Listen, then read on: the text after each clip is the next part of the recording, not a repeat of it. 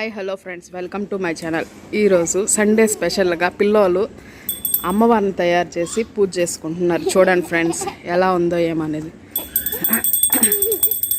అమ్మవారిని ఎంత బాగా క్రియేట్ చేశారు చూడండి. ఇదంతా చేసింది దత్త సాయి ఫ్రెండ్స్.